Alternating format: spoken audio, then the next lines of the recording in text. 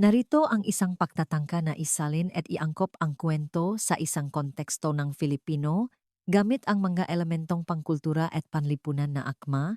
Nakaupo sa aking bedeng silya habang pinakmamasdan ang aking hardin na sinisikatan ng araw, nararamdaman ko ang kapayapaan na sa edad kong 78 ay itinuturing kong isang himala.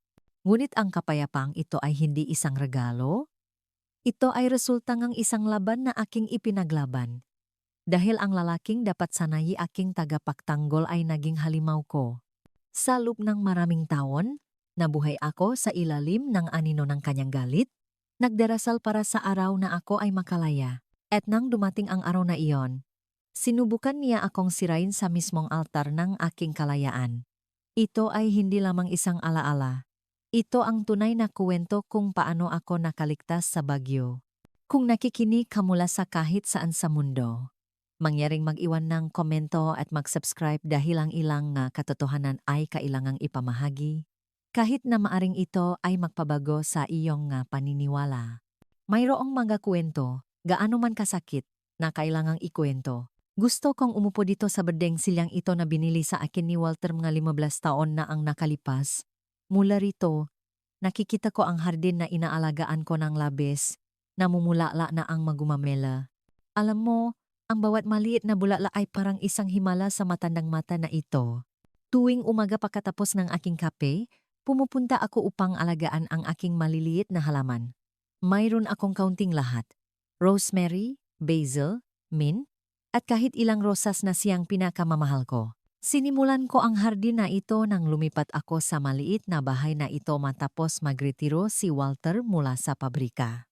Sinasabi niya noon na mayroon akong green thumb dahil ang lahat ng itinatanim ko ay umunlad. Sa tingin ko, dahil kinakausap ko ang mga halaman, kinukwentuhan ko sila. Gusto nilang makinig. Alam mo, katulad ninyong lahat, tuwing linggo, pumupunta ang aking mga anak para mananghalian kasama ang mga apo. Mayroon silang 5. Bawat isa ay mas malikot kaysa sa huli. Si Sofia, na 12 taong gulang, ay tumutulong na sa akin sa paggawa ng pumpkin pie na labis na mahal ng kanyang lolo. Pumanaw si Walter 5 taon na ang nakakaraan. Ngunit parang kahapon lang nang kami ay sumasayaw sa sala sa tunog ng lumang radyo. Sa ngayon, maliban sa paalaga sa aking hardin, ako ay bahagi ng isang grupo ng nga kababayhan sa lokal na parokya. Nagpupulong kami tuwing Martes upang maghabi at makrosiya. Ang lahat ng ginagawa namin ay napupunta sa mga pamilyang nangangailangan sa kapitbahayan. Nagsimula akong sumali sa grupong ito pagkatapos akong mabalo. Ito ang paraan na natakpuan ko upang panatilihing abala ang aking isip at puso. Alam mo, kapag nawalan tayo ng isang taong labis neting minamahal, kailangan neting mahanap ng mabagong dahilan upang ngumiti. Ngayon, gusto kong ikuwento sa inyo ang isang kuwento na matagal ko nang itinago sa aking puso. Isang kuwento tungkol sa isang batang babae na kailangang matutunan na kung minsan ang pag-ibig ay nakasasakit at naanga, dapat sanay nagpoprotekta sa atin ay hindi palaging ginagawa ito. Ngunit ito rin ay isang kwentong kang pagtatagumpay kung paano ko natakpuan ang tunay na kaligayahan pagkatapos ng labis na sakit. Alam mo, ang buhay ay hindi palaging isang kamangam nga rosas.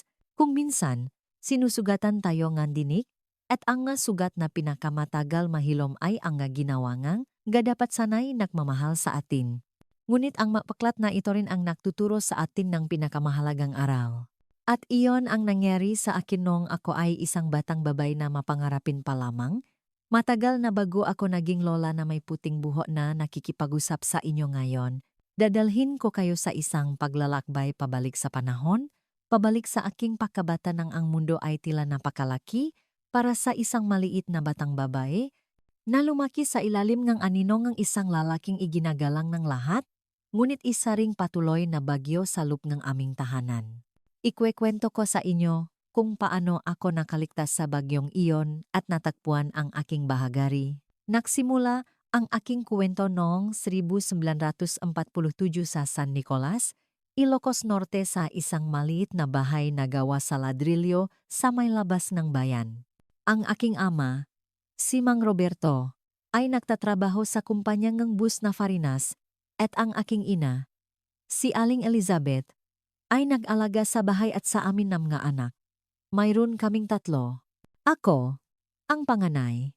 Ang aking kapatid na si Daniel, 2 taon ang agwat, at si Charlotte, ang bunso sa pamilya, na dumating noong ako ay 7 taong gulang na. Ang aming bahay ay simple, ngunit pinananatiling malinis at mayos ang aking ina ang lahat.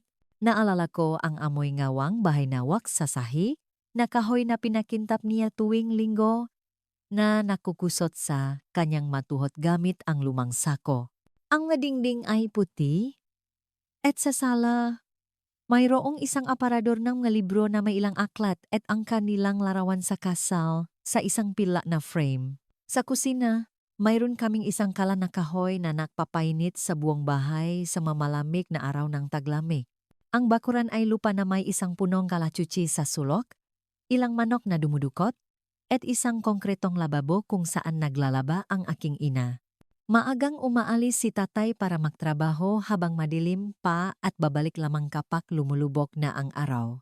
Sinasabi nun ni nanay na siya ay isang masipa na lalaki at dapat tayong ipamalaki siya at ipinamalaki naman namin siya hanggang sa maksara ang pinto at maywan kaming maisa sa kanya. Mula sa murang edad, natutunan kong basahin ang kaloban ng aking ama sa pamamagitan ng tunong ang kanyang ngayapa kapag umuwi siya. Kung magaan at mabilis ang nga ito ay tanda na naging maganda ang araw niya. Maari kaming ngumiti at kahit magtanong ngang ilang matanong sa panahon ng hapunan. Ngunit kung mabigat at naghihila ang manggahagbang, ay, mahal na Panginoon, iyon ang sinyalas upang manahimik, nakayuko ang ulo, sumasagot lamang sa kanyang tinatanong nang hindi siya tinitingnan sa mata. Maraming responsibilidad ang iyong ama, Grace. Kailangan niyang suportahan ang buong pamilya. Normal lang nakabahan siya paminsan-minsan. Laging sinasabi ngang aking ina habang pinapahit niya ang aking maluha pagkatapos ng isa sa kanyang mas mahigpit na mga paninita. Mga mahal ko! Maari ninyong itanong kung bakit hindi na lang umalis ang aking ina.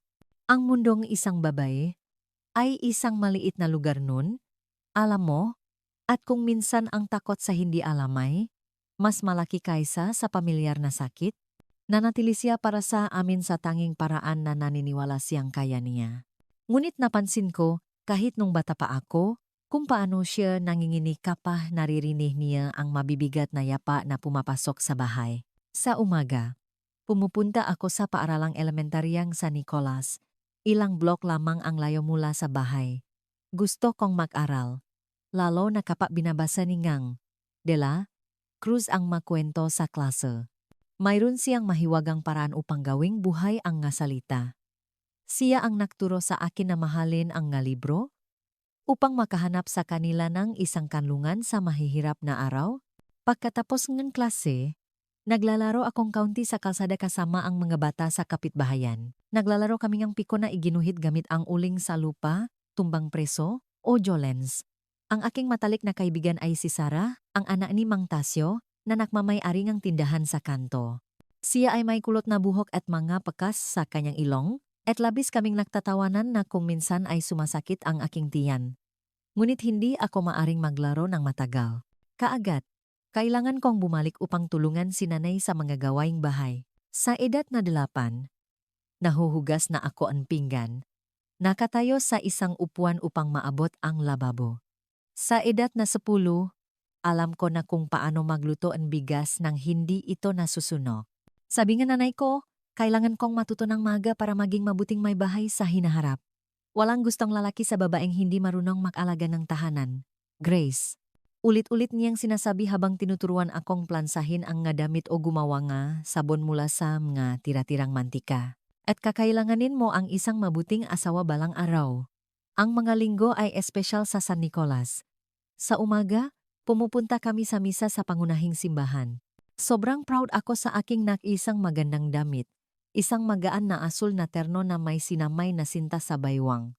Pagkatapos, kung maganda ang gising ni tatay, minsan ay dinadala niya kami para kumain ng halo-halo sa liwasan ng bayan o para manood ng mabus sa estasyon. Sa mga bihirang sandaling iyon ko nakita ang ibang panik ng aking ama.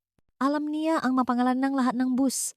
Ipinaliwanag kung paano gumagana ang mga makina at isasakay pa ako sa kanyang mga balikat upang makita ko nang mas mahusay kapag may dumadaan na mahalagang bus.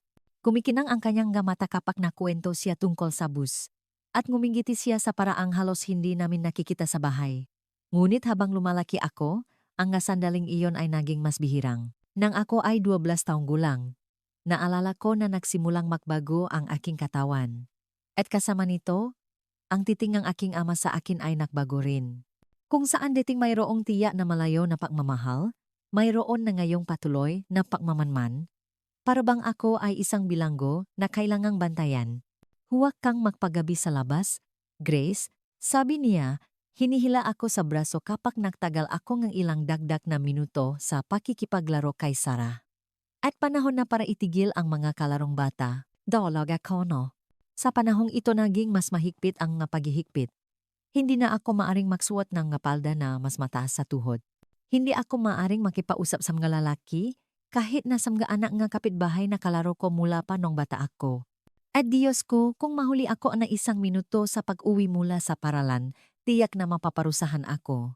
Gusto ka lang, protektahan niyong gama. Ipagtatanggol ng aking ina sa isang mahinang boses habang niyayakap ako pagkatapos niya akong pagalitan. Nararamdaman ko ang kanyang marupok na katawan na nanginginig laban sa akin at natanto ko na natatakot din siya. Mapanganib ang mga lalaki diyan sa labas, anak. Mas alam ngang iyong ama ang mundo kaysa sa atin. Ngunit nagsisimula ko nang maunawaan na marahil ang panganib ay hindi lamang sa labas. May mga gabing nagigising ako sa mga pinipigil na higbi nga aking ina na nanggagaling sa kanilang silid.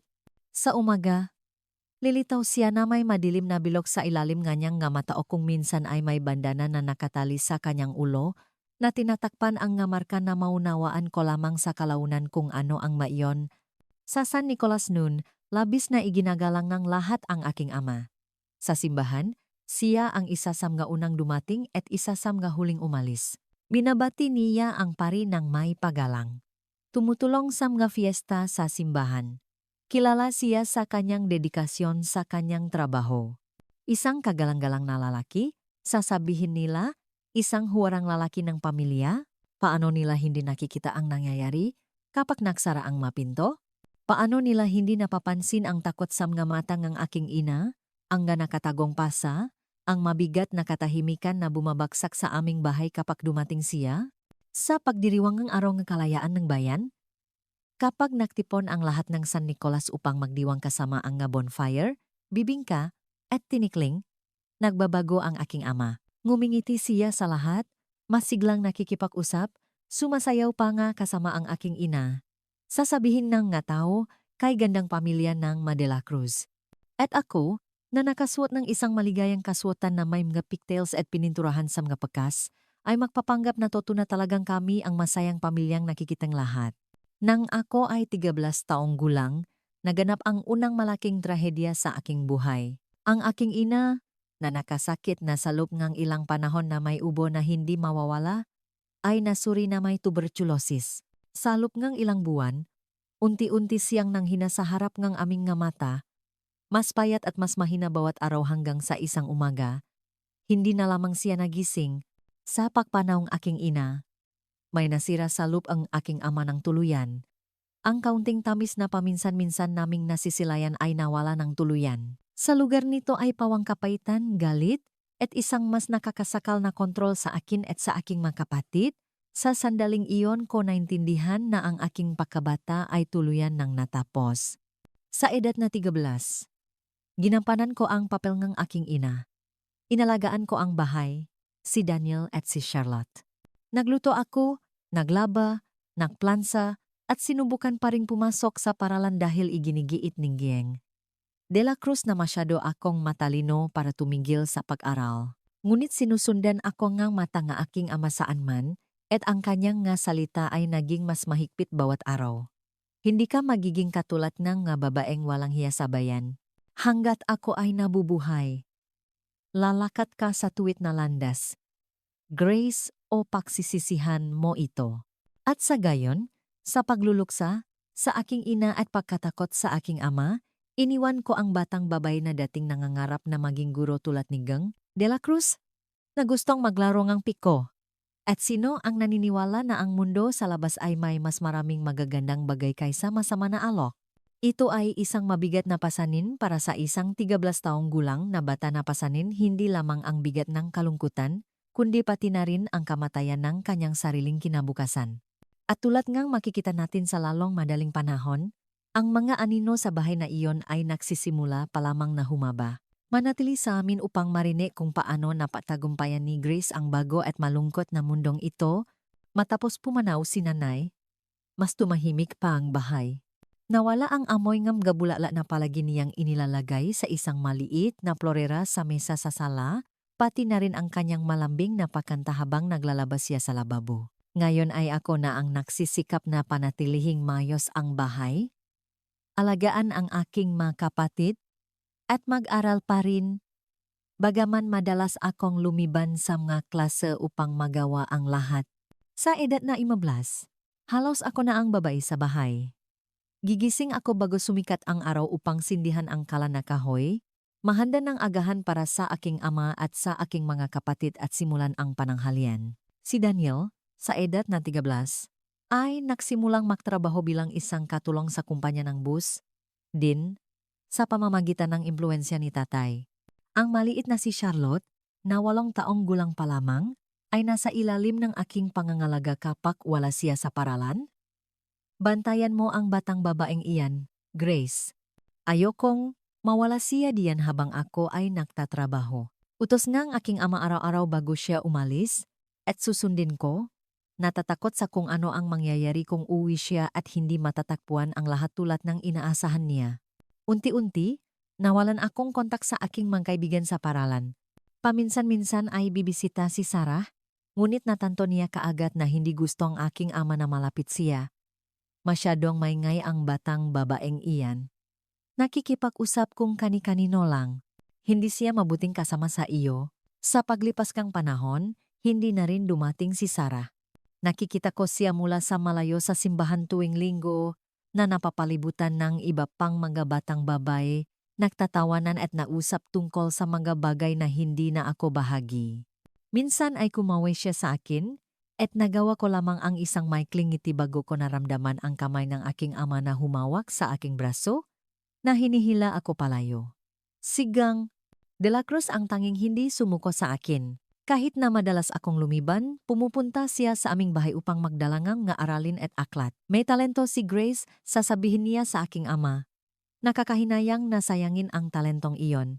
Tatanggapin siya ng aking ama ng may pilit na pagalang, ngunit sa sandaling umalis siya, ilalagay niya ang nga aklat sa tuktok ng gabinete kung saan hindi ko maabot ang maito. Ang labis na pag-aral ay pumupuno lamang sa ulong isang babae na kalokohan. Ang kailangan mong matutunan ay kung paano maging mabuting may bahay. Huwag basahin ang nga kwentong iyon sa isa sa mga pagbisita ningang De la Cruz. Noong ako ay 16 taong gulang ko nakilala ang kanyang pamangkin na si Ricardo na sinamahan siya sa aming bahay. Ilang taon siyang mas matanda. Nag-aral sa Maynila upang maging doktor at dumating upang gugulin ang kanyang bakasyon sa San Nicolas kasama ang kanyang tiyahin. Matangkat na may salamin, mahina siyang magsalita at tumingin sa akin sa paraang wala pang nakakagawa, parabang ako ay isang taong mahalaga, isang taong karapat-dapat na pakinggan.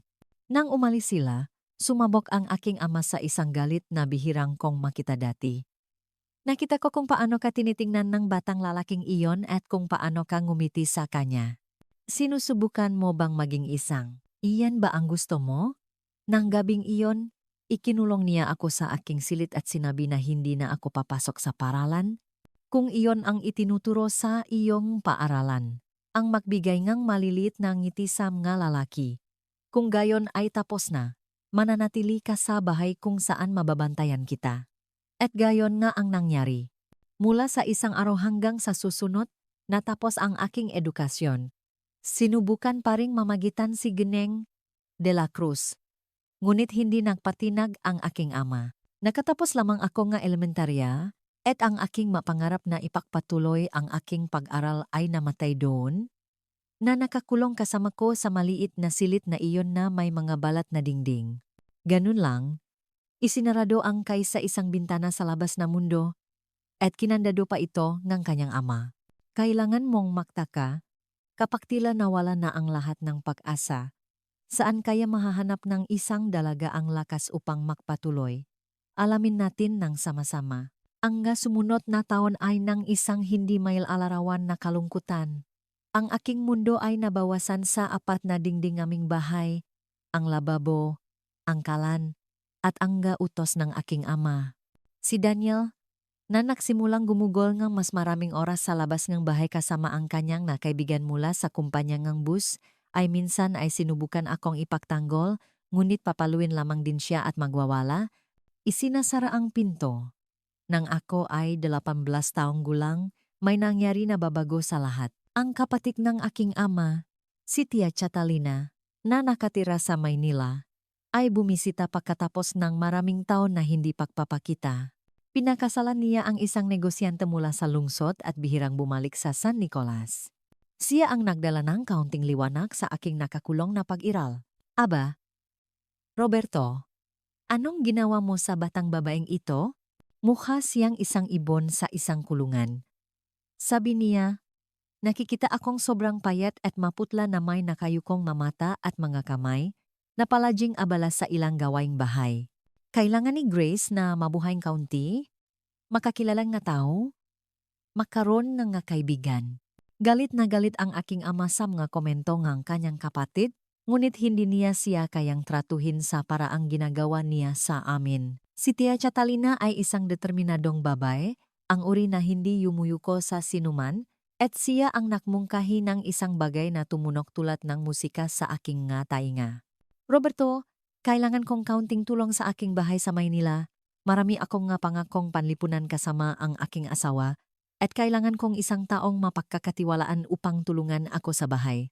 Bakit hindi mo hayaang sumama si Grace sa akin ng ilang sandali? Maaari niyang makilala ang lungsod, at babayaran ko siyang magandang sweldo. Kumabok ang aking puso sa pagkarinig niyon. Maynila, ang malaking lungsod, isang lugar na malayo sa nakakasakal na kontrol ng aking ama. Ngunit ang aking pag-asa ay agad na nalanta nang makita ko ang kanyang ekspresyon. Hindi maari. Hindi pupunta ang aking anak sa lungsod na ayon na punong kasamaan. Nakita ko na ang nangyayari sa mga batang babae na pumupunta sa Maynila. Bumabalik sila na walang hiya, na may mga ideya na hindi mabuti. Ang argumento sa pagitan nila ay uminit kung saan iginiit ni Tia Catalina na ako ay nasa legal na edad at may karapatang magpasya sa aking sariling landas. Sa kabilang banda, binabangga ng aking ama ang mesa, na sinasabing hanggat nakatira ako sa ilalim ng kanyang bubong, susundin ko ang kanyang nga patakaran. Pinanot ko ang lahat ng tahimik nang walang lakas ang loob na makialam, ngunit nagdarasal na kumbinsihin siyang aking tiyahin. At sa aking pagtataka, pagkatapos ngang labis na pagpupumilit at ang pangako na ako ay nasa ilalim ngang kanyang patuloy na pangangasiwa. Sa wakas ay sumuko ang aking ama, ngunit hindi nang hindi nililinaw na ito ay isang pansamantalang sitwasyon. 3 buwan, hindi isang araw pa, at kung marinig ko ang anumang hindi naaangkop na pag-ugali, kukunin ko siya mismo kahit na kailangan kong maglakad. Nang gabing iyon, na nag-iisa sa aking silid, umiyak ako sa kagalakan sa unang pagkakataon, sa loob ng maraming taon.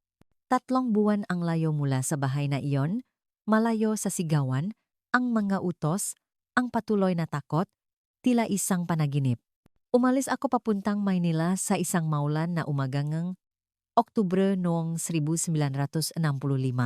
Nagdala ako ng isang maliit na maleta na may iking ilang damit, at nakatago sa gitna nila isang aklat na ibinigay sa akin ni Ngo de la Cruz noong mga nakaraang taon, no limitangre. Ito ang aking maliit na kayamanan, ang aking bintana sa isang mundo sa labas ng madingding ng aking kulungan.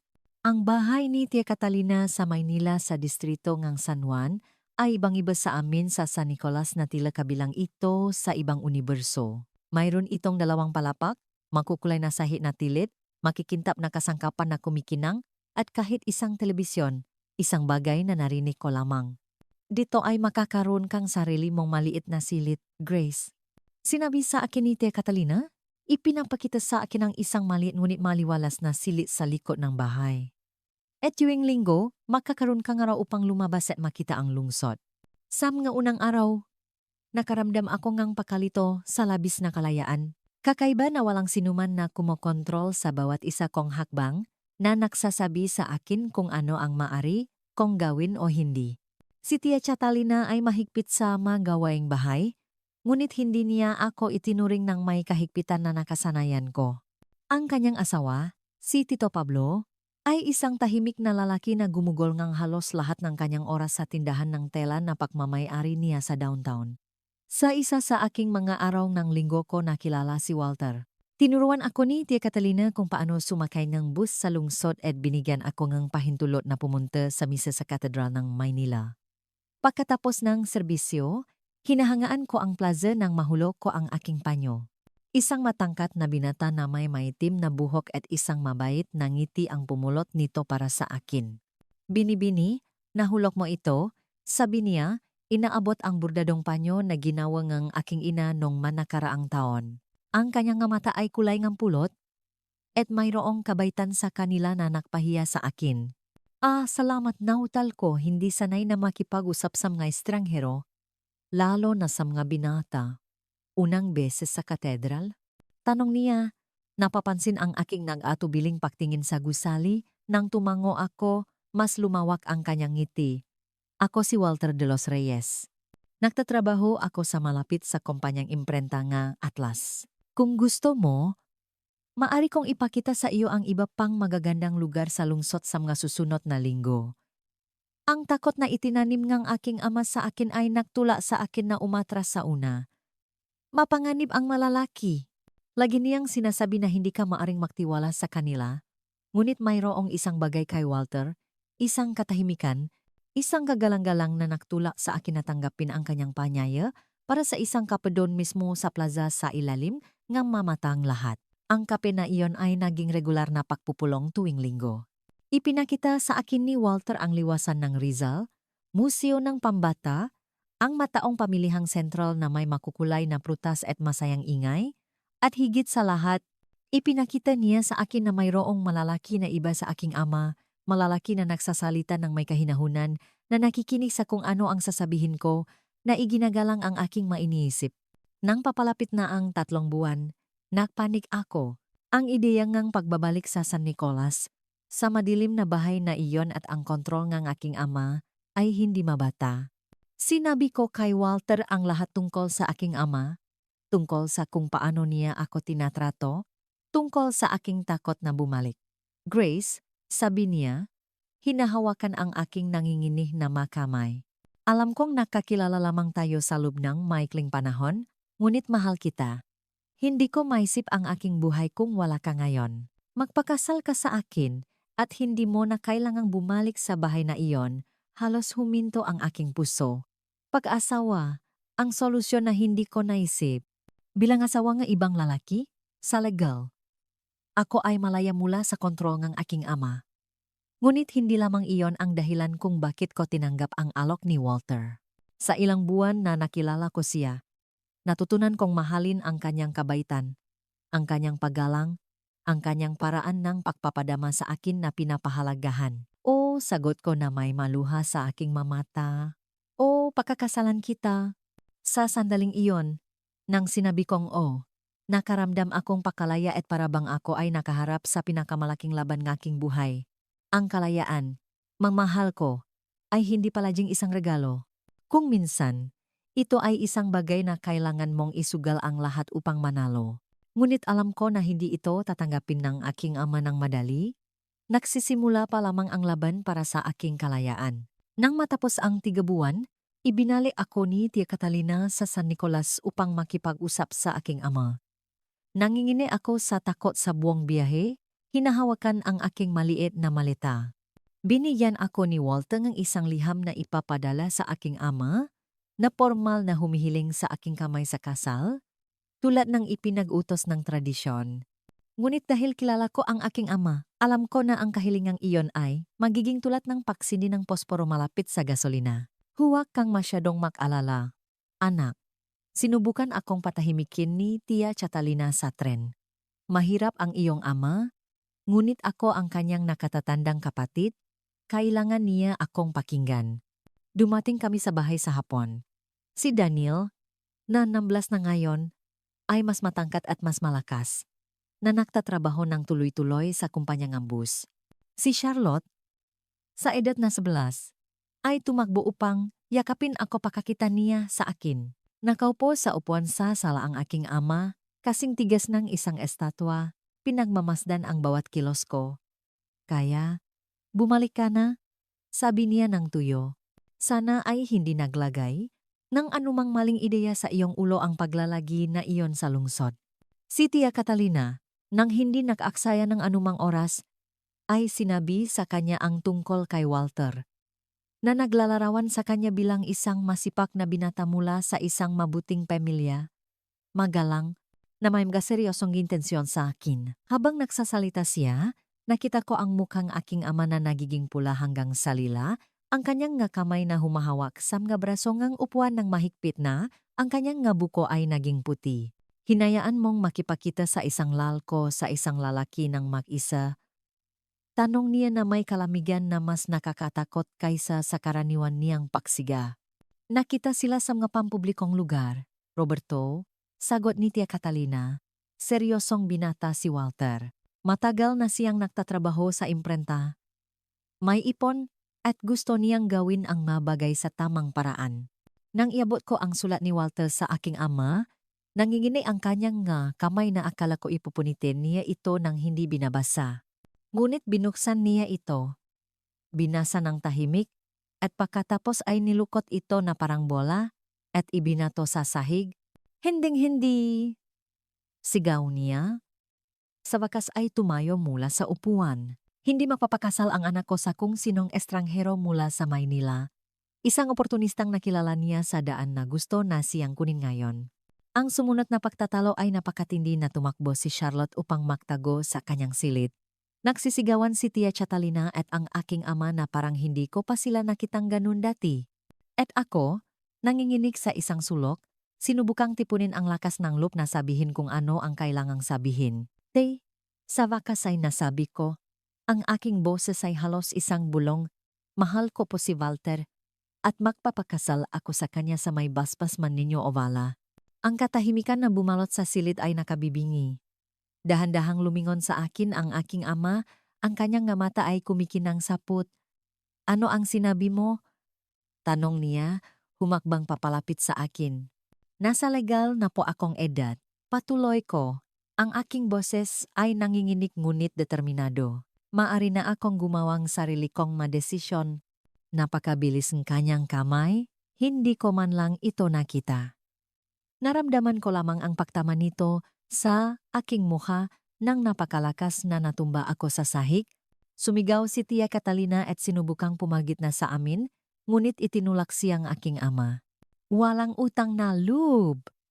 Sigaw niya habang ako'y nakasupsop sa sahig. Pagkatapos ngang lahat ng ginawa ko para sa'yo, ganito mo ako pasasalamatan? Gustong tumakas kasama ang unang lalaking nagbigay sa iyong pansin? Nagawang hilahin ako ni Tia Catalina palabas ng bahay habang ang aking ama ay nagsisigaw pa rin ng bawat sumpang alam niya. Nang gabing iyon, natulog kami sa bahay ng isang kaibigan niya sa San Nicolas. At kinabukasan, bumalik kami sa Maynila nang hindi man lang ako nakapagpaalam sa aking mga kapatid. Sa unang pagkakataon, natakpuan ni Grace ang kanyang boses at sinabi ang kanyang katotohanan. Ngunit ang halaga ng kalayaang iyon ay isang masakit. Ito ay higit pa sa isang sampal lamang. Ito ay isang deklarasyon ng digmaan mula sa kanyang sariling ama. At ang isang lalaking ganito ayaw bumitaw ay hindi madaling matatalo. Kaya't manatili upang makita kung ano ang susunod niyang gagawin. Hihinahon din siya. Sabi ni Tia Catalina, sinusubukang pagaanin ang aking loop sa tren pabalik. Kapag nalaman niyang determinado ka, na mabuting binata siya, tatanggapin din niya. Ngunit sa kaibuturan ng aking puso, alam kong hindi kailanman tatanggapin ng aking ama. Para sa kanya, ako ay pag-ari. Hindi isang tao na may sariling hangarin. Ang aking desisyon na magpakasal ay hindi nakita bilang isang natural na hakbang sa buhay, kundi bilang isang hindi mapapatawad na pagkakanulo. Sa mga sumunod na linggo, nakatira ako kasama si Tia Catalina sa Maynila, habang pinaplano namin ni Walter ang isang simpleng kasal. Kung walang pahintulot ng aking ama, kailangan naming maghintay hanggang sa ako ay maging 21 upang legal na makapagpakasal nang walang kanyang permiso. Ngunit nakmungkahi si Walter ng isang solusyon. Mari muna kaming makaroon ng seremonya sa simbahan at pagkatapos, kapag ako ay nasa tamang edad na, gagawin naming opisyal ito sa estado. Samantala, lihim na sumusulat sa akin si Daniel, sinasabing mas lalong hindi makayanan ang aming ama na naninira ng gagamit sa bahay at nanunumpa na ibabalik niya ako kahit na kailanganin niya akong talian. Ang ngaliham na ito ay nabigay sa akin ng takot. Ngunit palaging pinapakalma ako ni Walter. Wala siyang magagawa laban sa iyong kaloban. Grace, sabi niya, hawa ang aking makamay. Taong 1966 na ito, hindi panahong madebal, at palagi akong narito upang protektahan ka. Ang pagmamahal ni Walter ay parang isang gamot sa lahat ng mga sugat na idinulot sa akin ng aking ama sa loob ng maraming taon. Ang kanyang pasensya, ang kanyang paggalang sa aking espasyo at damdamin, ang paraan ng pagpapahalaga niya sa aking nga opinyon. Lahat ng ito ay napakalayo sa aking nakasanayan na kung minsan ay iniisip ko kung nananaginip lang ako. Nagpasya kaming itakda ang seremonya sa simbahan para sa Hunyo 1966 sa maliit na simbahan ng San Miguel sa Maynila. Ito ay magiging simple lamang na may ilang mabisita. Karamihan ay makaibigan ni Walter, sina Tia Catalina at Tito Pablo, at ilang makasamahan sa trabaho. Inanyayahan ko rin ang aking mga kapatid, ngunit alam kong halos imposible para sa kanila na dumalo.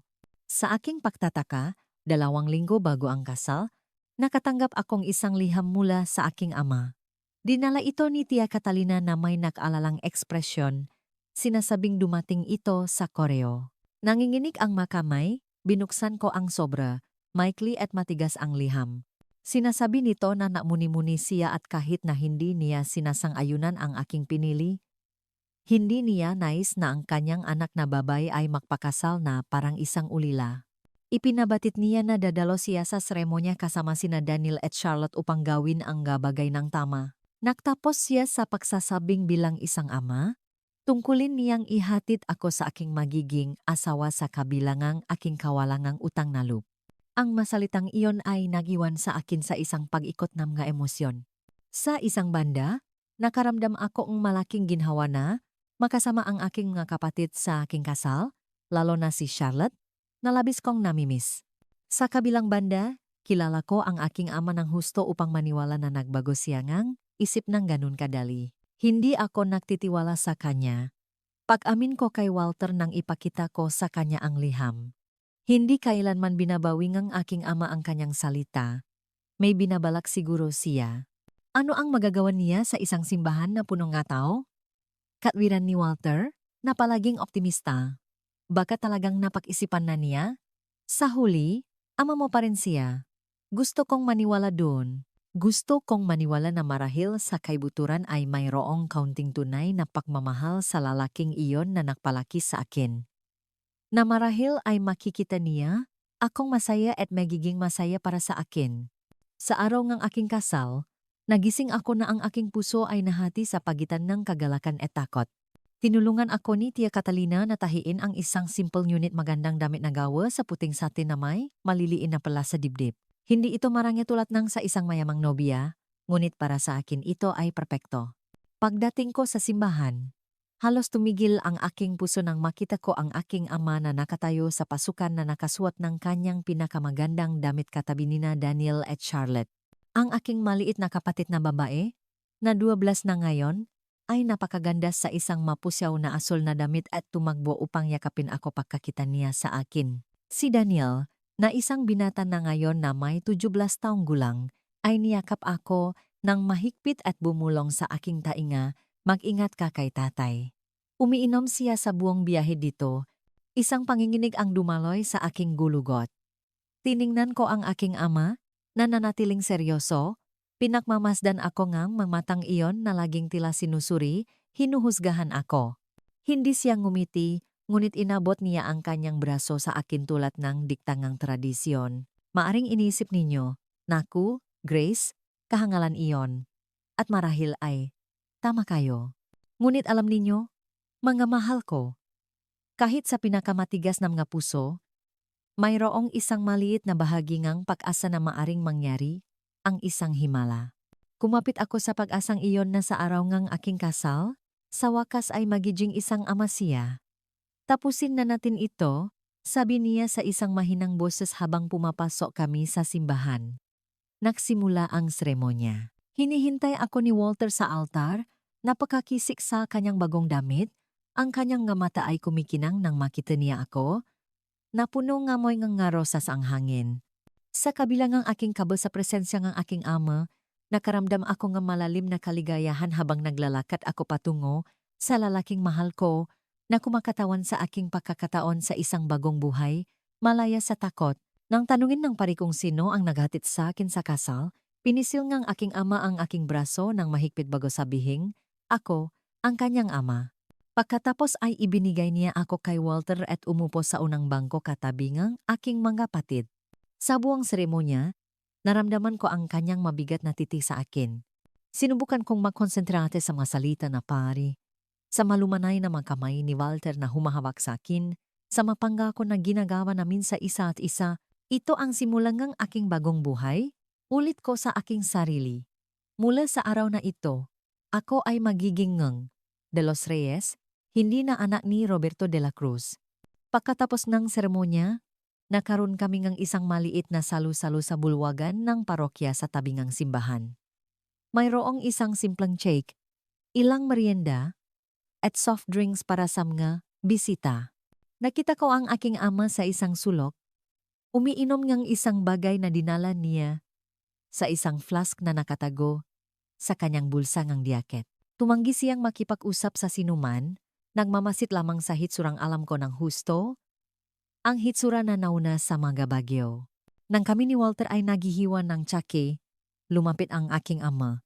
Ang kanyang lakat ay hindi na matata dahil sa alkohol, at ang kanyang mukha ay may katangian na pamumula. Kailangan kong makausap ang aking anak na babae, sabi niya kay Walter. Ang kanyang boses ay malabo. Isang huling pag-usap ng ama at anak.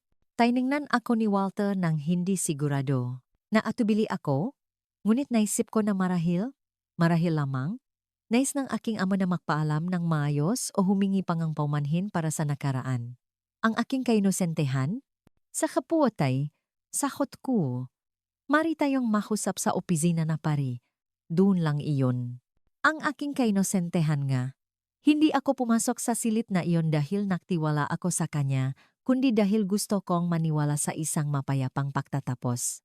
Desperado ako para sa isang salita, ang pinakamaliit na kilos, upang patunayan na ang aking ama ay nasa loop pa rin ng halimaw na iyon.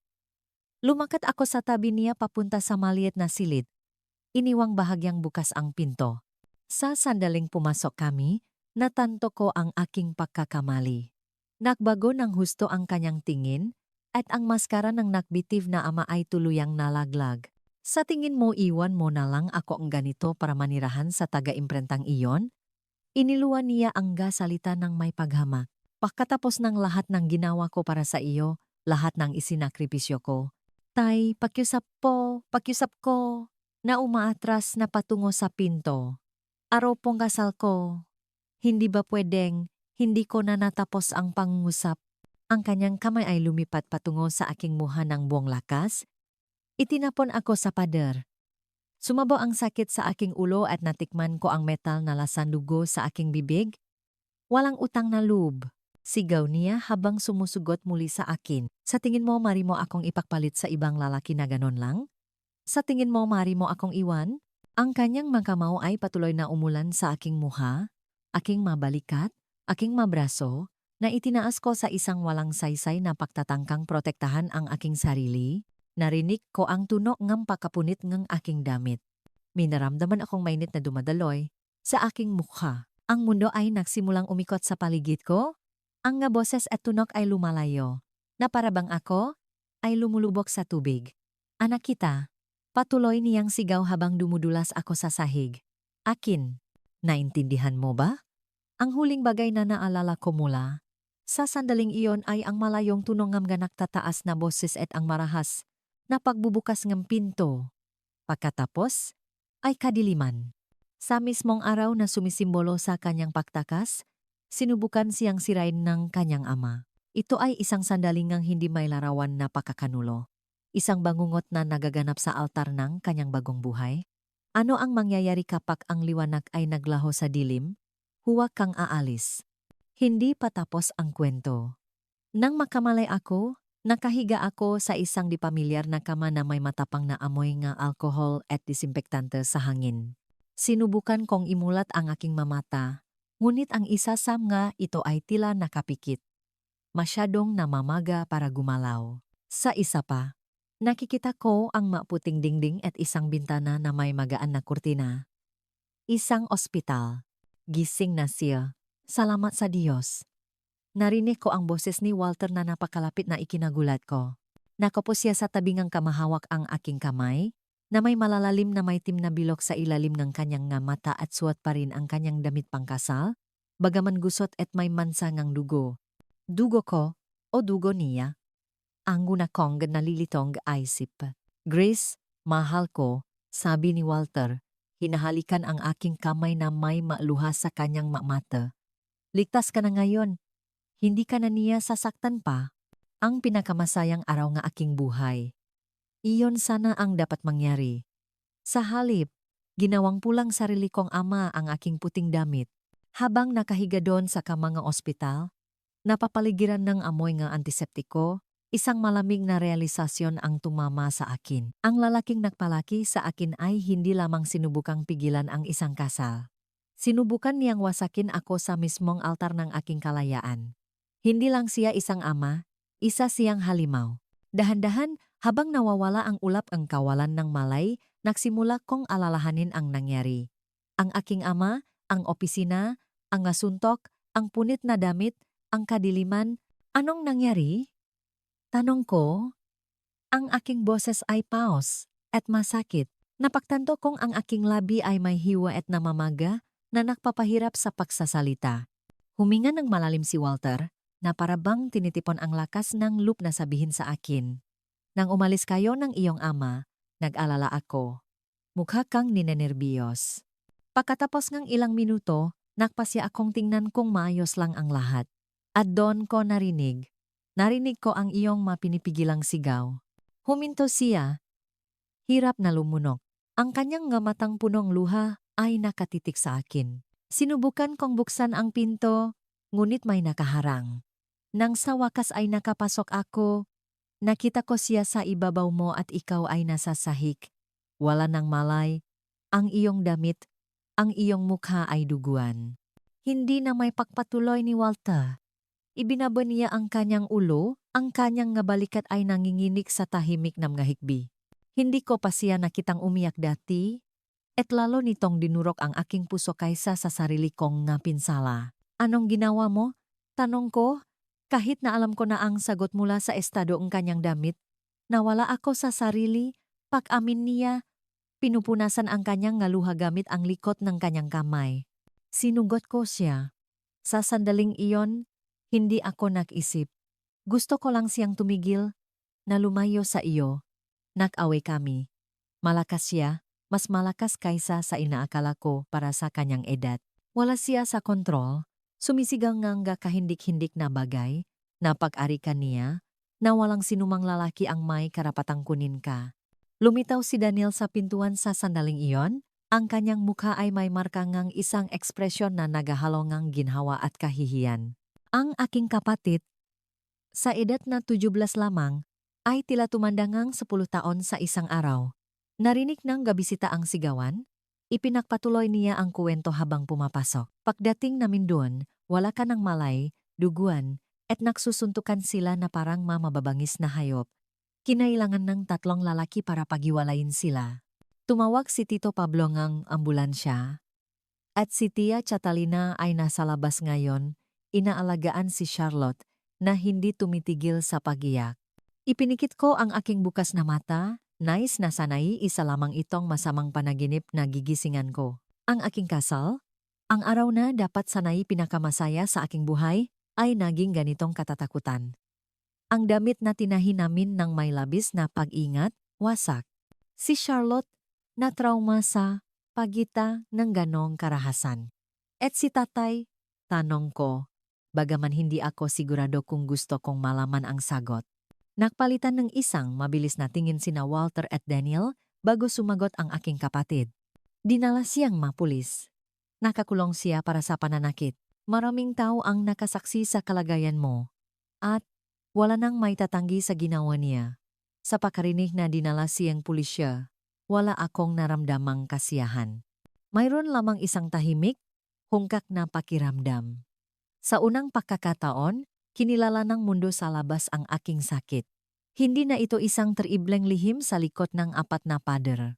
At iyon, sa kakaibang paraan, ang pinakaunang hakbang sa aking pagaling. Naramdaman ko ang isang halongan, katatakutan at ginhawa. Hindi ko kailanman naisip na ang sarili kong ama ay magtatapos sa isang seldengang bilangwan dahil sa pananakit sa akin. Isang bahagi sa akin, ang maliit na batang babae, na umaasa pa rin, na isang araw, ay mamahalin niya ako tulad ng pagmamahal ng isang ama sa isang anak na babae, ay gustong umiyak para sa kanya. Ngunit ang isa pang bahagi, ang babaeng nakaligtas sa mataon ngang kanyang pang-abuso, ay nakaramdam na parabang sa wakas ay makakahinga na ako. Sabi ng doktor, maswerte ka. Sabi ni Walter, na nagbago ngang usapan. Sa kabila ng mapasa at hiwa, walang malubhang bali. Ang mata ay bababa sa loop ngong ilang araw, ngunit kailangan kang obserbahan para sa pagkaalok ng utak. Sa sandaling iyon, bumukas muli ang pinto at pumasok ang isang doktor na sinusundan ni Tia Catalina. Ang doktor, isang lalaking may kulay abo na buhok at mabait na ekspresyon, ay sinuri ang aking napinsala, nagtanong ng ilang katanungan tungkol sa sakit at pagkahilo, at pagkatapos ay binigyan akong isang nakapagpapatibay na ngiti. Magiging maayos si Ginang de los Reyes, sabi niya kay Walter. Sa pisikal, kahit papaano, maghihilom ang mga sugat sa paglipas ng panahon. Inire-rekomenda ko ang kumpletong pahinga sa loop ng hindi bababa sa 2 linggo. 2 linggo, ang aming honeymoon ay gugugulin sa isang silid ng ospital na may namamaga ang aking mukha at masakit ang aking katawan. Hindi ganito ang pinangarap kong simula ng aking pag-asawa.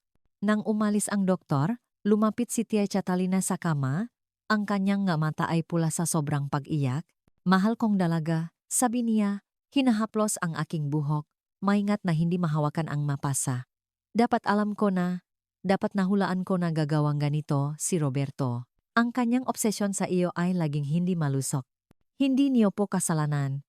Tia, sagot ko, bagaman bawat salita ay isang maliit na paghihirap para sa aking mga labi na may hiwa, walang sinuman ang makakaisip na aabot siya sa ganito. Kahit ako, nakilalang kilala siya. Nang maglaon sa araw na iyon, nang sa wakas ay maisa na kami ni Walter.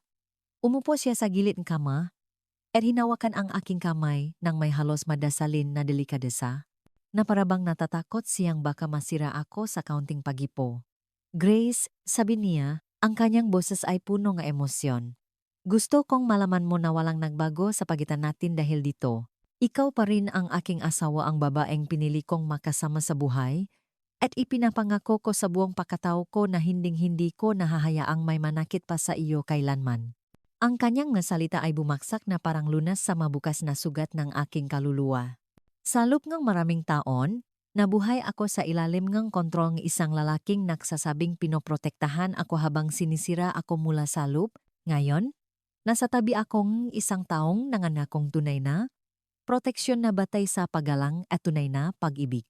Matapos ang isang buong buhay ng paglalakat sa mga bubok, ito ang pangakong hinihintay ni Grace sa buong buhay niya. Ngunit tulad ng alam ng sinumang nakaligtas sa trauma, ang pisikal na kaligtasan ay unang hakbang lamang. Ang pinakamalalim na mga sugat ay ang nga hindi mo nakikita. At ang kanyang paglalakbay upang pagalingin, ang nga ito ay nagsisimula pa lamang. Kaya't patuloy na makinig upang makita kung paano niya natakbuhan ang daan pabalik sa kanyang sarili. Gusto ko lang maintindihan. Bulong ko habang ang ngaluha ay dumadaloy sa aking mapisnging may pasa. Bakit niya ako ganun na lang kinamumuhian? Ano ang ginawa ko para maranasan ang ganitong galit? Hindi iyon galit. Mahal ko? Sagot ni Walter pagkatapos ng isang sandalingang pag-isip. Iyon ay obsesyon, kontrol, hindi matanggap ng iyong ama ang ideya na mawala ang kapangyarihan niya sa iyo. Hindi mo kasalanan. Hindi kailanman naging kasalanan mo. Nang gabing iyon, habang nakahiga sa kama ng ospital, habang si Walter ay hindi komportableng natutulog sa isang upuan sa tabi ko, na tumatangging umuwi kahit ilang oras lang, nakaroon akong isang malinaw na panaginip. Napanaginipan ko ang aking ina, si Aling Elizabeth, na matagal ko nang hindi nakikita. Sa panaginip, nakaupo siya sa paanan ng aking kama, suot ang parehong damit na may bulaklak na isinusuot niya tuwing linggo sa pagsisimba. Ang kanyang mukha ay payapa, walang mga marka ng pagdurusa na naalala ko mula sa mga huling araw bago siya mamatay. Anak, sabi niya, ang kanyang boses ay eksakto tulad ng naalala ko. Patawarin mo ang iyong ama, hindi para sa kanya, kundi para sa iyong sarili. Ang pagpapatawad ay hindi para sa iba. Ito ay upang palayain ang ating sariling na puso. Nagising ako ng bigla. Ang silit ng ospital ay naliligo sa malambot na liwanag ng bukang liwewe. Nandun pa rin si Walter, natutulog sa hindi komportableng upuan, ang kanyang muka ay may marka ngang pag-aalala kahit sa pagtulog. At naunawaan ko na ang aking ina, o kahit man lang ang alaala ko sa kanya, ay tama. Ang pagpapatawad sa aking ama ay hindi nangangahulugang pagtanggap sa ginawa niya, o pagpapahintulot sa kanya na bumalik sa aking buhay. Ito ay nangangahulugang pagpapalaya sa aking sarili mula sa kapangyarihang hawak pa rin kanyang galit at takot sa akin. Ito ay nangangahulugang muling pagtatayo nga, aking buhay batay sa pag-ibig na natakpuan ko, hindi saput na iniwan ko. 3 araw pagkatapos nang ako ay pinalabas mula sa ospital, dumiretso ako sa maliit na apartment na inupahan ni Walter para sa amin sa distrito ng Sampaloc. Ito ay isang simplang lugar na may 2 silid lamang, ngunit para sa akin ito ay kumakatawan sa isang palasyo ng kalayaan. Ngunit ang kalayaan, natutunan ko sa lalong madaling panahon, ay hindi ang kawalan ng garehas, kundi ang kawalan ng takot, at ang takot ay naging bahagi ng ang aking pagkatao. Sa loob ng maraming buwan, ako ay binabagabag. Ang pagsara ng pinto ay nagpapatalon sa akin. Ang mataas na boses ng isang lalaki sa kalye ay nagpapakabok sa aking dibdib. Ibabalik ako nga bangungot sa maliit na silid na iyon, sa tunong ng pagkapunit ng aking damit, sa pakiramdam ng kanyang nga kamao. Gigising akong sumisiga, basang-basang pawis, at nariyan si Walter na yayakapin ako, bumubulong, "Ligtas ka, Grace. Ligtas ka dito sa piling ko." Hindi niya ako kailanman pinilit. Niyakap niya lang ako sa gitna ng mga bagyo, pinatutunayan sa bawat mapagpasensyang hininga na hindi lahat ng lalaki ay halimaw, na ang pag-ibig ay maring maging isang kalasag, hindi isang sandata. Sa mga sumunod na buwan, habang naghihilom ang aking nga pisikal na sugat, ipinakita ni Walter ang isang pasensya at dedikasyon na hindi ko kailanman naisip na possible. Sa gabi, kapag ginigising ako nga bangungot na sumisigaw, nariyan siya hawak ako sa kanyang nga bisik hanggang sa huminahon ang tibok ng aking puso. Kapag nag-alangan akong umalis ng bahay, sa takot na makasalubong ko ang aking ama sa bawat kanto, dahan-dahan niya akong hinihikayat, hindi kailanman pumipilit, palaging nirerespeto ang aking bilis. Siya ang nakmungkahi na bumalik ako sa pag-aral, tapusin ang pag-aral na naantala maraming taon na ang nakalipas. Palagi mong binabanggit singe. De la Cruz ng may ganong pagmamahal, sabi niya isang gabi habang naghahapunan kami. Nakita niya ang potensyal sa iyo, hindi pa huli para bawiin iyon. Sa kanyang paghihikayat, nag-enroll ako sa isang night school para sa mga matatanda. Habang sa araw, tumutulong ako sa maliit na tindahan ng magamit pang-eskwela na binuksan ni Walter ilang buwan pagkatapos ng aming kasal malapit sa imprenta kung saan siya nagtatrabaho. Sa bawat mali na tagumpay, isang magandang grado, isang papuri mula sa isang guro. Sa unang pagkakataon na nagawa kong tulungan ang isang customer ng mag-isa sa tindahan, naramdaman kong unti-unting lumuluwak ang mga tanikalang aking nakaraan. Tungkol naman sa aking ama, nalaman ko mula kay Daniel na pinalaya siya pagkatapos ng ilang linggo sa kulungan. Bumalik siya sa San Nicolas, mas mapait at mas nagisa kaysa dati. Sinubukan niya akong hanapin sa Maynila isang beses, ngunit pinigilan siya ni Walter na makalapit Nilinaw na tatawag siya ng pulis kung magpupumilit pa siya. Pagkatapos nun, hindi ko na siya muling nakita. Lumipat si Charlotte upang manirahan sa amin 1 taon pagkatapos nang makakuha kami ng mas malaking apartment. Naging mas hindi matatagalan ang aking ama pagkatapos ngang insidente, at ang aking kapatid ay nagdurusa sa kanyang nga pagsabong nga galit. Si Daniel, na halos isang lalaki na ngayon, ay nagawang kumbinsihin siya na hayaan siyang pumunta sa Maynila upang mag-aral sa mas mahusay na mag-aparalan. Iyon ang huling pagkakataon na nakaroon kami ng anumang uri ng pakikipag-ugnayan sa kanya. Ang buhay ay may isang kakaibang paraan ng muling pagtatayo ng kung ano ang nasira. Tulad ng isang florerang ceramik na nabasak sa 1,000 piraso, ay inaayos gamit ang mga sinulit na ginto na nagiging mas maganda at mahalaga kaysa dati. Ganun ang naramdaman ko sa mga taong sumunod sa kakilakilabot na araw na iyon noong Hunyo 1966. Dahil nakatira na si Charlotte sa amin, naging masikip na ang aming maliit na apartment sa Sampaloc. Si Walter, na laging maasikaso sa aming nga pangangailangan, ay nakahanap ng isang mas malaking lugar sa distrito ng Santa Mesa, malapit sa paralan kung saan nag-aral ang aking kapatid. Ito ay isang simpleng 2 palapak na bahay na may 3 maliliit na silid-tulugan at isang maliit na bakuran, kung saan nagsimula akong magtanim ng aking maunang bulaklak at halamang gamot, ang simulangang kung ano ang magiging aking hilig sa paghahardin. Ang aming tindahan, ang De Los Reyes School Supplies, ay umunlad ng katamtaman. Nagsimula ito bilang isang maliit na negosyo na nagbebenta lamang ng mapangunahing gamit sa paralan at opisina. Ngunit sa paglipas ng panahon, pinalawak namin ito upang isama ang mga aklat-aralin at kahit isang maliit na seksyon ng panitikan. Si Walter ang humahawak sa pakbili at accounting habang ako naman ang nagsisilbi sa mga customer at nag-ayos ng gaistante. Tumutulong si Charlotte pagkatapos ng klase, lalo na sa panahon ng pasukan kapag dumarami ang negosyo. Noong 1968, 2 taon pagkatapos ng aming kasal, natapos ko ang aking pag-aral at nakuha ang aking high school diploma sa pamamagitan ng pagsusulit. Ang pagtatapos ay isang sandali ngang napakalaking kagalakan at pagmamalaki. Suot ang toga at cap, tinanggap ko ang aking diploma sa harap kang maluhang mata ni Walter at ang masigabong palakpakan nina Charlotte at Daniel na bumibisita tuwing kaya niya. Ipagmamalaki ka sana ni nanay? Sabi sa akin ni Daniel sa araw na iyon, niyakap ako ng mahigpit.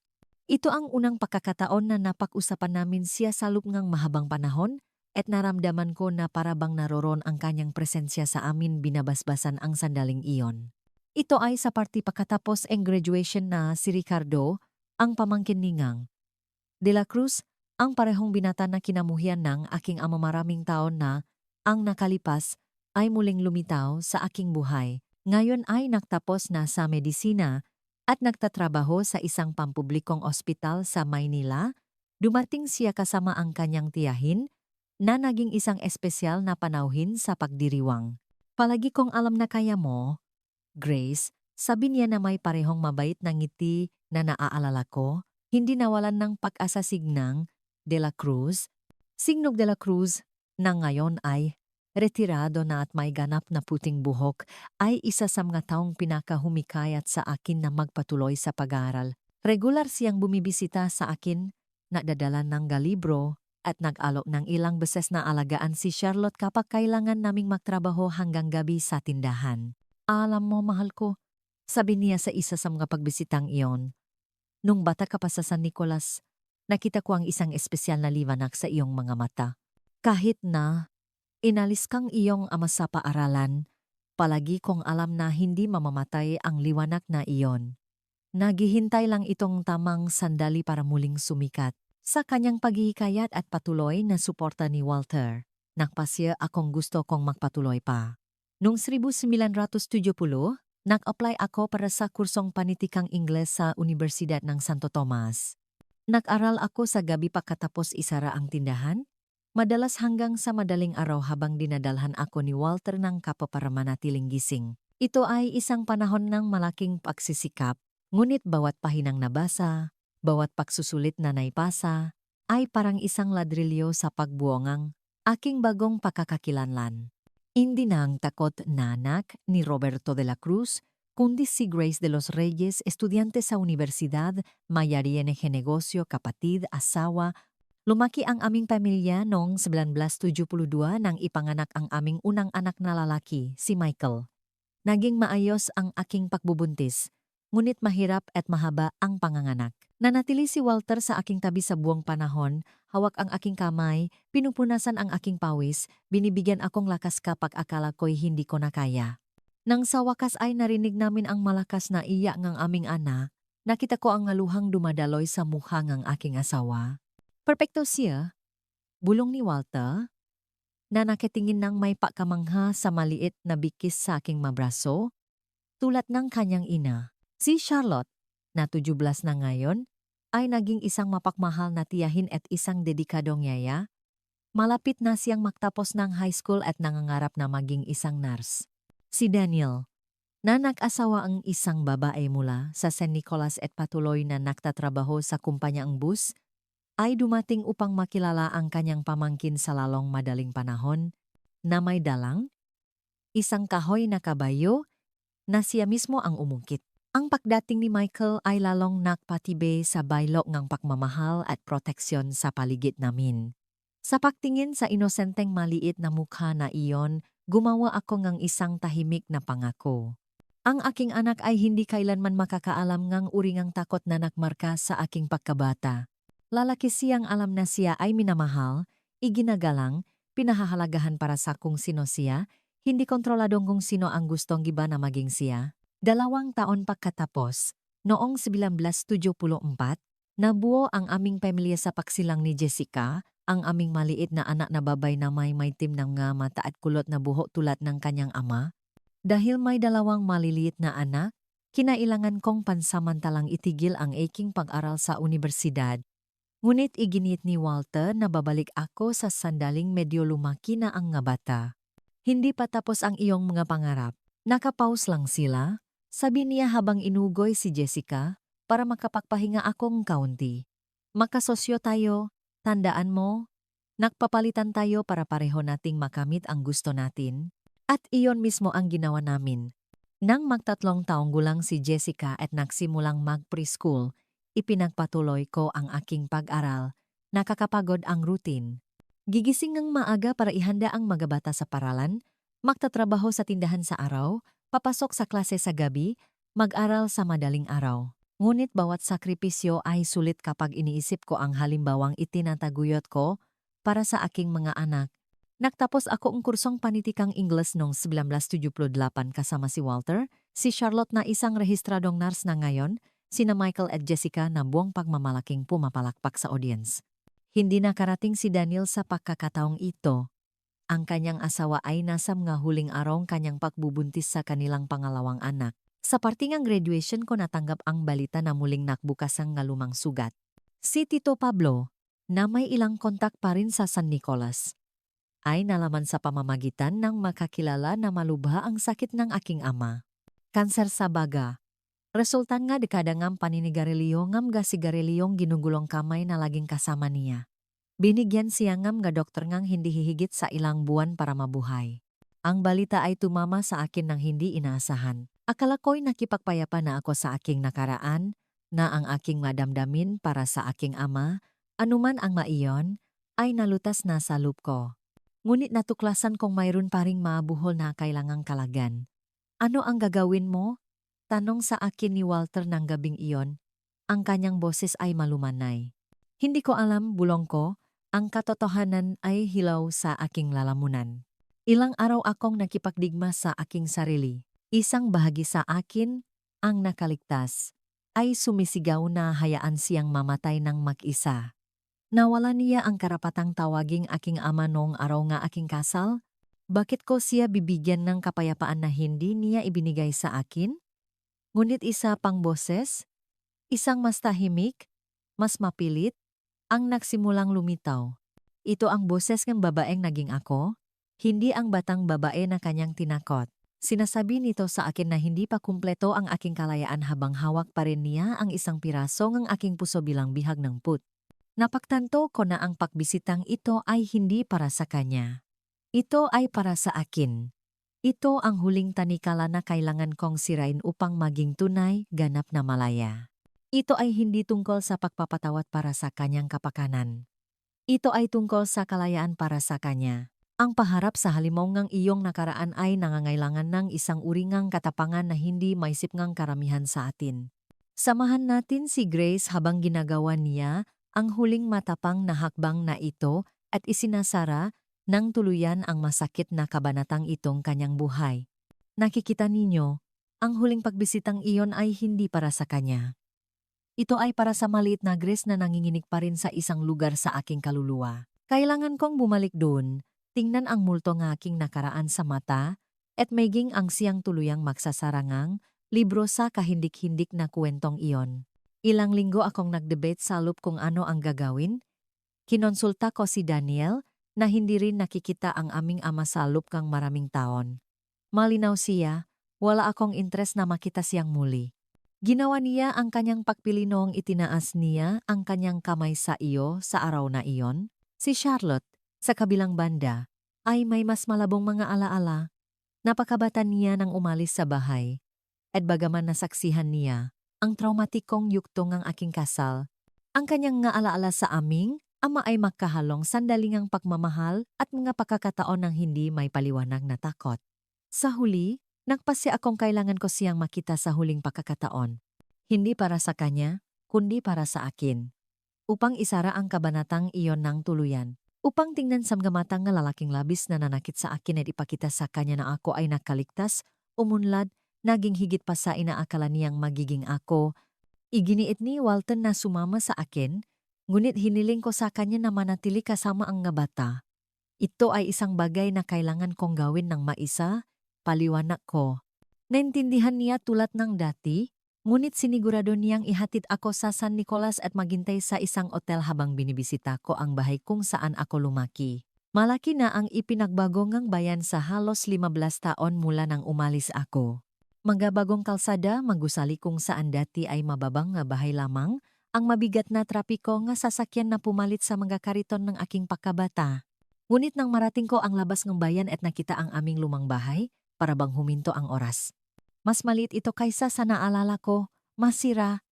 Ang bakuran kung saan ako dati naglalaro ay tinubuan ngang gadamo. Ang puno ngang kalachuchi ay matagal nang pinutol. Kumatok ako sa pinto na kumakabok ang aking puso. Hindi alam kung ano ang asahan o kung paano ako magre-react sa muling pakita sa aking ama. Isang babae na nagpakilala bilang Nang Baker. Isang kapitbahay na nag-alaga sa kanya sa mga huling buwan, ang sumagot. Wala na siyang iba, paliwanag niya, na dinala ako sa loob. Matagal nang umalis ang kanyang nga anak. Hindi ko naman sila masisisi. Ang loob enehe bahay ay masira pa kaysa sa lawas. Ang amoy ngang amak na may halong amoy ngang gamot at sakit ay nakakasakal.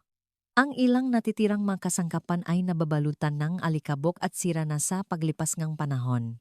Edun, nakahiga sa isang pansamantalang kama sa sala, ay siya. Halos hindi ko na nakilala ang lalaking dating aking ama.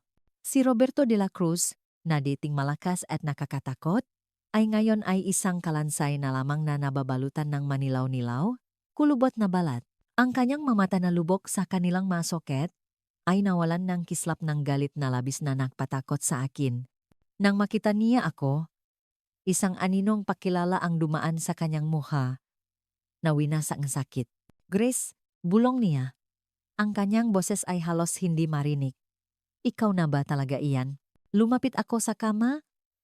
Nakakaramdam ng halo-halong habag at isang kakaibang paglayo, na parabang nakatingin ako sa isang estranghero. Hindi sa lalaking nag-anak sa akin. Opo, tay, ako nga po ito. Sinubukan niyang umupo, ngunit wala siyang lakas. Isang malakas na ubo ang yumanig sa kanyang marupok na katawan, at mabilis na nagdala sigang. Beker ng isang tela upang punasan ang dugo na nakmansa sa kanyang mabitak-bitak na labi. Iwan ko muna kayong dalawa, sabi niya, na umatras sa kusina. Isang mabigat na katahimikan ang bumaksak sa pagitan namin. Ano ang sasabihin mo sa isang taong naging pinakamalaking takot mo at ngayon ay walang magawa sa bingit ng kamatayan? Anong masalita ang maaring sumaklaw sa lahat ng hindi nasabi sa loob ng maraming taon? Ayos ka lang ba? Sa wakas ay tanong niya. Ang kanyang nga mata ay sinusuri ang aking muha, ang aking simple ngunit eleganteng damit, marahil ay naghahanap ng nga palatandaan ng pagdurusa o kabiguan. O potay, ayos lang po ako.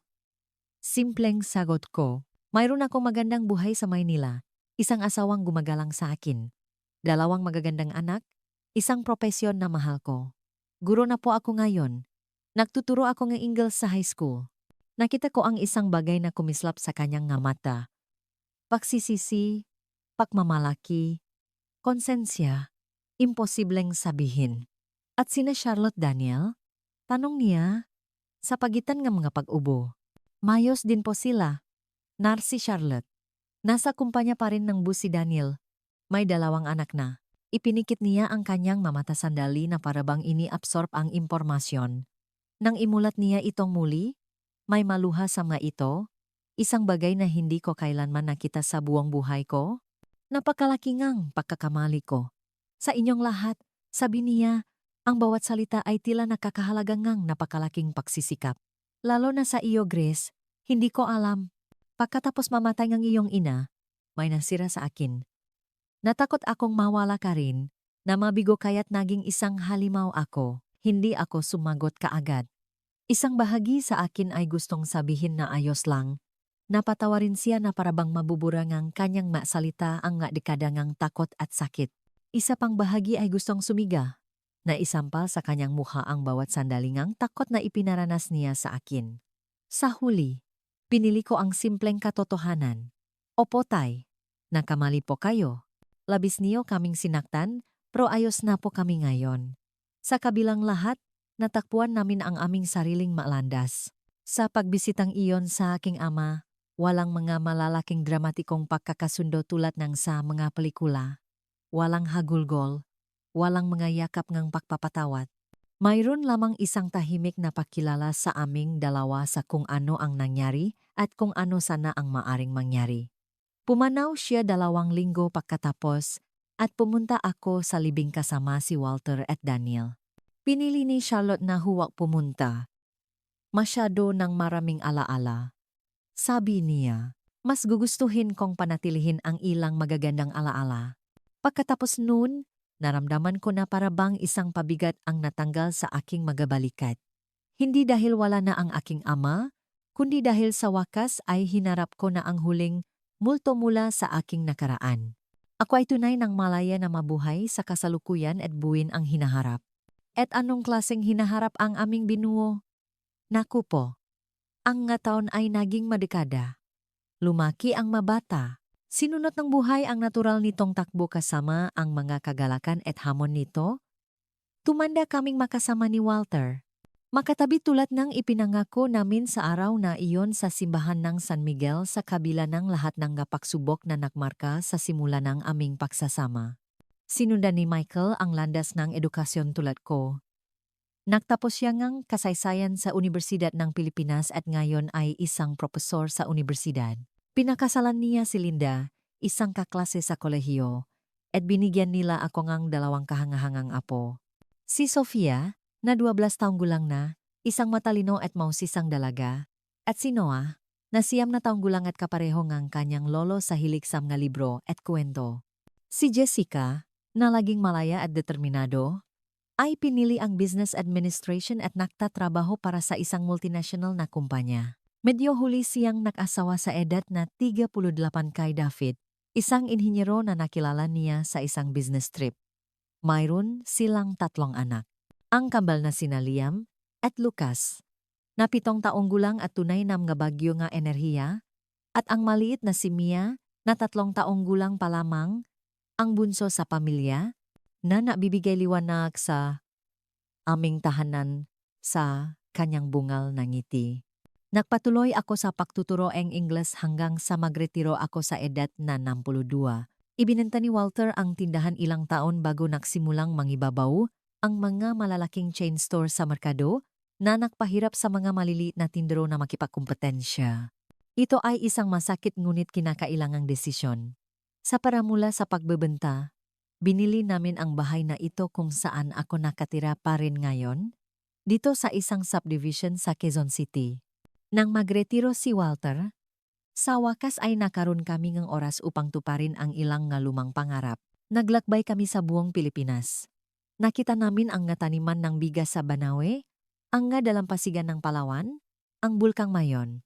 Ito ay makahangahangang taon ng pagtuklas at pagsasama. Mahilig siyang kunan ng litrato ang bawat lugar na aming binisita. Mayroon akong maalbum na puno nga alaala mula sa masandaling iyon na buong pagmamalaki kong ipinapakita sa aking mga apo kapag bumibisita sila. Pagkatapos niyang pumanaw 5 taon nang nakalipas, kinailangan kong matutong mamuhay sa ibang paraan. Ang maunang buwan ang pinakamahirap 53 taon kaming makasama. At bigla, ang kawalan sa kama, ang katahimikan sa bahay, ang bakanteng upuan sa mesa. May mga araw na akala ko'y hindi ko na kaya. Ang aking nga anak at apo ang tumulong sa akin na makahanap ng isang bagong layunin. Iginiit ni Michael na tumira ako sa kanila. Ngunit masyado akong matigas ang ulo para isuko ang aking kalayaan. Anak, minsan nang nabuhay ang nanay mo sa isang hawla. Ngayon kailangan ko ang sarili kong espasyo. Paliwanag ko sa kanya. Naintindihan niya. Bagaman dumarating pa rin, siya halos araw-araw upang tingnan kung ayos lang ako. Si Jessica ang nakmungkahi na magsimula akong magardin. Ma, palagi kang may green thumb. Bakit hindi mo gawing terapi mo ang bakuran na iyan? Sabi niya, at iyon ang ginawa ko. Nagsimula ako ng dahan-dahan sa ilang matitibay na punlangang bulaklak, mga gumamela santan buga invilea. Sumunod ang mahalamang gamot, rosemary, basil, mint, na ginagamit ko sa paggawa ng saa at pampalasa sa pagkain kapag dumarating ang pamilya para mananghalian tuwing linggo. Ngayon, ang aking hardin ang aking kanlungan at aking ipinakmamalaki. Bawat halaman ay may kuwento. Bawat bulaklak ay kumakatawan sa isang yuktong ang aking buhay. Ang nga rosas, napakadelikado ngunit may mga tinik na nagpoprotekta, ay nagpapaalala sa akin ng maaral na natutunan ko tungkol sa lakas at kahinaan. Ang nga mirasol, na laging nakaharap sa liwanag, ay nagtuturo sa akin na hanapin ang kabutihan, kahit sa maulap ng mga araw. At sa gayon ay nabubuhay ako araw-araw. Tuwing Martes, sumasali ako sa craft group sa parokya. Kami ay 8 kababayhan na nagagansilyo, nagbuburda, at nag-usap tungkol sa lahat mula sa mga resipi hanggang sa politika. Ang Huwebes ay para sa paghahatid sa aking apong si Noah sa kanyang aralin sa gitara. Iginigiit niyang ako ang kanyang numero 1 tagahanga at kailangan kong naroon sa bawat pag-unlad. Tuwing katapusan ng linggo, puno ang bahay. Mga anak, mga apo, lahat ay dumarating para sa pananghalian ng linggo. Tinitiyak kong ako mismo ang nagluluto, kahit na iginigiit ni Linda at Jessica na tumulong. Hayaan ninyo si Lola na gawin ang gusto niya, sabi ko habang inihahanda ko ang adobo na paborito ni Walter. Pagkatapos ang tanghalian, habang nag-usap ang mga matatanda sa sala, dinadala ko ang mga bata sa hardin. Itinuturo ko sa kanila ang mga pangalan ng nga bulala, kung paano alagaan ang bawat isa, ang kahalagahan ng nga bubuyok, ang siklong buhay na nagpapanibago sa bawat panahon. Si Sofia, ang panganay, ay nakikilala na ang lahat ng mahalamang gamot at alam kong para saan ang bawat isa. Lola, paglaki ko, gusto kong maging isang botanis, sabi niya sa akin noong isang araw. At ang aking puso ay lumobo sa pagmamalaki. Sa gabi, kapag umuwi na ang lahat at bumalik na ang bahay sa karaniwang katahimikan, umupo ako sa aking berdeng silya, ang parehong ibinigay sa akin ni Walter maraming taon na ang nakalipas, at tinitingnan ko ang mga litrato sa estante. Ang aking ina, napakabata sa lumang itim at puting litratong iyon, si Walter sa aming araw ng pagtatapos. Sina Michael at Jessica, mga batang naglalaro sa bakuran ng bahay sa Santa Mesa, ang mga apo sa iba't ibang yukto, isang buong buhay na nakunan sa mga larawan. Minsan, inaamin ko, kinakausap ko si Walter na parabang narito siya sa tabi ko. Kinukwento ko sa kanya ang aking araw, ang magalokohan ng mga apo, ang isang bagong bulaklak na namukatkat sa hardin. Gugustuhin mong makita ito? Sabi ko sa kanyang larawan sa gilid na mesa. At sa paano man, nararamdaman kong nakikita niya. Mga mahal ko, Sa pagsasalaysay ngang kwentong ito na matagal ko nang itinago, hindi ko hinahanap ang awa o habag. Ibinabahagi ko ang mga alaalang ito dahil naniniwala ako na ang ating mga paklat, kapag nailantat sa liwanag, ay maaring magbigay liwanag sa landas ng iba na naglalakat pa rin sa dilim. Natutunan ko na ang edad ay hindi nagtatakda ng ating lakas, kundi ang ating kakayahang magsimulang muli bawat araw. Kapag tinitingnan ko ang takot na maliit na batang babay sa San Nicolas, ang nobiyang may pasang mukha, ang batang ina na determinadong mag-aral, nakikita ko ang iba't ibang bersyon ng aking sarili. Lahat sila ay nagdalas sa akin dito, sa matandang babaeng may puting buhok na nagsasalita sa inyo ng may bukas na puso. Ang aking mangkulubot ay mga mapangang kaligtasan. Bawat isa ay nagsasalaysay ngang isang kwento ngang sakit na napagtagumpayan. Dala ko ang mahindi nakikitang marka na tanging ang Diyos at ako lamang ang nakakaalam, ngunit hindi nila ako binibigyang kahulugan. Ang nagbibigay kahulugan sa akin ay ang pagpiling ginawa ko pagkatapos ng bawat pakbaksak, ang desisyon na bumangon, kahit na tila impossible.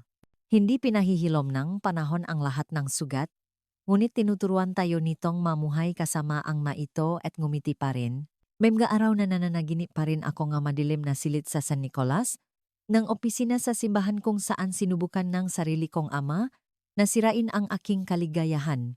Ngunit nagigising ako at nakikita ang sikat ngang araw na pumapasok sa bintana. Naririnig ko ang nga ibon sa aking hardin at alam kong nanalo ako. Ang aking kwento ay hindi tungkol sa kung ano ang ginawa sa akin kundi kung paano ko piniling tumugon. Mari sana akong maging mapait, mapaginala, walang kakayahang magmahal. Sa halip, pinili kong magtiwala, bumuo, mamulaklak. Pinili kong maging para sa aking mga anak at apo ang kabaliktaran ng kung ano ang aking ama sa akin. Isang ligtas na daungan, hindi isang patuloy na bagyo. Natuklasan ko na mas malakas tayo kaysa sa inaakala natin. Lalo na kapag inisip nating hindi na natin kaya. Sa pinakamadilim na sandaling ang aking buhay, kapag akala ko'y nag-isa ako, laging may lumilitaw upang mag-abot ng kamay. Si Tia Catalina, Singang, De La Cruz, ang aking mahal na si Walter, at kalaunan ang aking mga anak at kaibigan. Kung dumadaan ka sa mahihirap na panahon, kung may isang taong dapat sanay nagmamahal sa iyo ay nananakit sa iyo, alamin mong hindi ka nag-iisa. Sa bawat lungsod, sa bawat bansa, may mga taong handang tumulong. Magganap ng impormasyon tungkol sa proteksyon sa iyong rehiyon. Magtiwala sa mga karapat-dapat sa iyong tiwala. Huwag ihiwalay ang iyong sarili. Itinuro sa akin ng buhay na kahit sa pinakamalalim na kadiliman, hindi kailanman namamatay ang ating panlup na liwanag.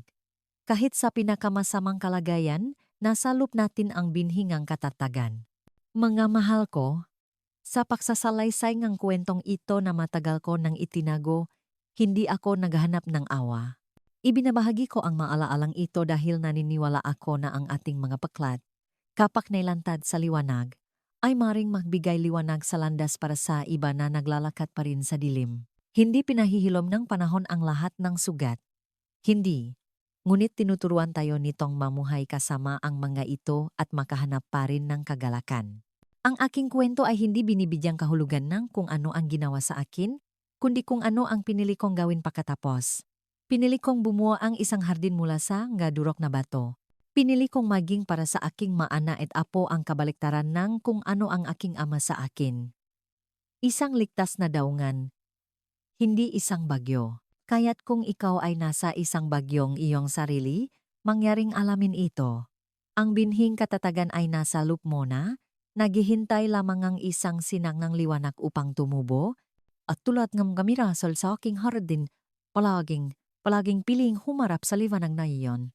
Kung naantik ng kwentong ito ang iyong puso, mangyaring mag-subscribe sa channel upang makinig sa mas marami pang tunay na kwento ng buhay. Salamat sa pakikinig.